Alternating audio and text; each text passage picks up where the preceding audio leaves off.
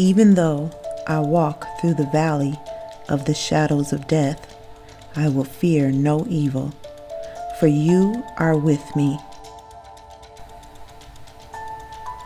I'd been forcing myself out of conformity to stay put, isolate, which hindered me from a growth long overdue. Comfortable and content sounds like freedom, but in reality, it's a prison with see-through walls. There's no growth, little expansion, and a continuous cycle of stagnation. My soul was stuck.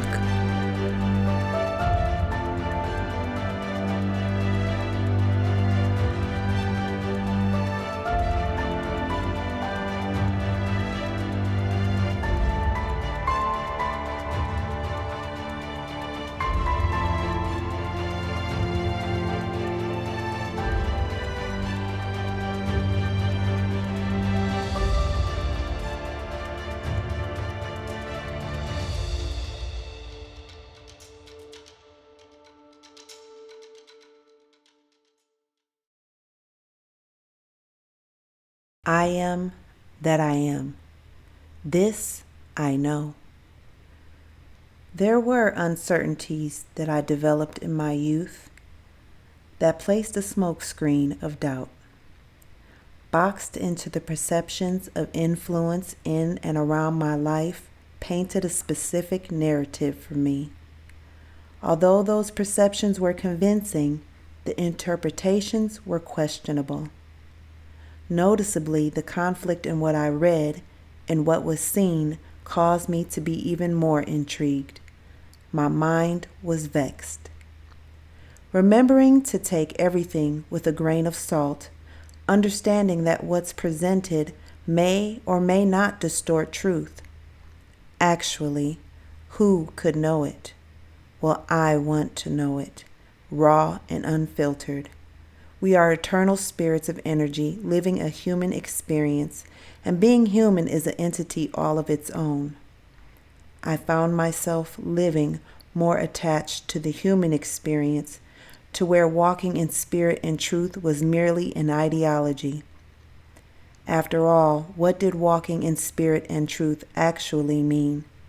And what is the significance in having a human experience? There are so many studies that branch into different paths regarding this topic, yet do these paths end in different places of space? Or is it a situation where all paths have a common destination or meeting point that all lead back to one beginning? Some paths cross, some intersect, others gather on wide open group walks, while some set themselves apart on their own divinely guided path, exclusively for the few that find it, undisturbed and unbeaten.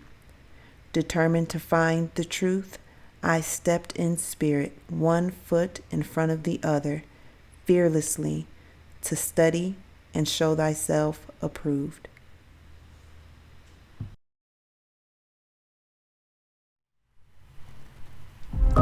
Though I walk through the valley. When walking in the spirit, you'll soon notice how sensitive and heightened your senses are. In the valley, it's not uncommon to see dark, negative spirits, even when hiding behind luxurious coverings. Oh, how familiar they are that they may be called by name. Acknowledging I am secures the path and directs each step. There is no fear while walking in spirit and truth. It's merely an expression of a word made up by the lost and those who lack self-discipline. Of course, this doesn't apply to pride. It's too puffed up that it refuses to acknowledge fear. Instead, it becomes it. But that's only one of many to be named and identified. Just know that beyond the shadows is promised a clearing of vivid brilliance and abundance too omnipotent to be named. He prepares a table for me in the presence of my enemies. As my table was being prepared, I began to get anxious. Self-sabotaging soon became my enemy. an enemy I created. Rushing in for the promise of a full table with a cup that runneth over caused me to trip over my own feet. I became weary, exhausted, troubled, heavily burdened. I had to rest, get silent, and listen.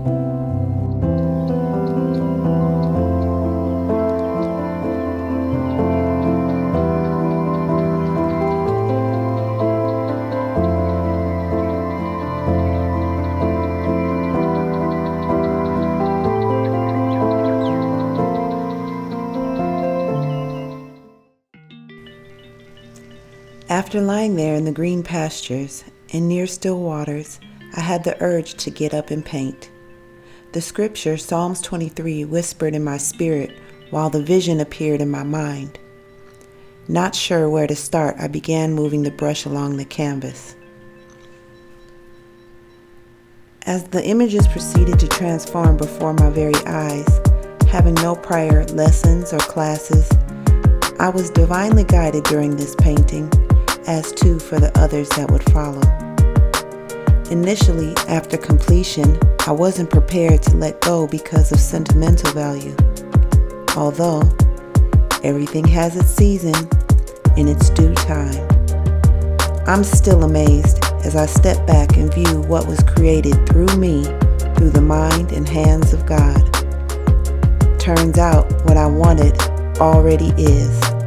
My soul is restored.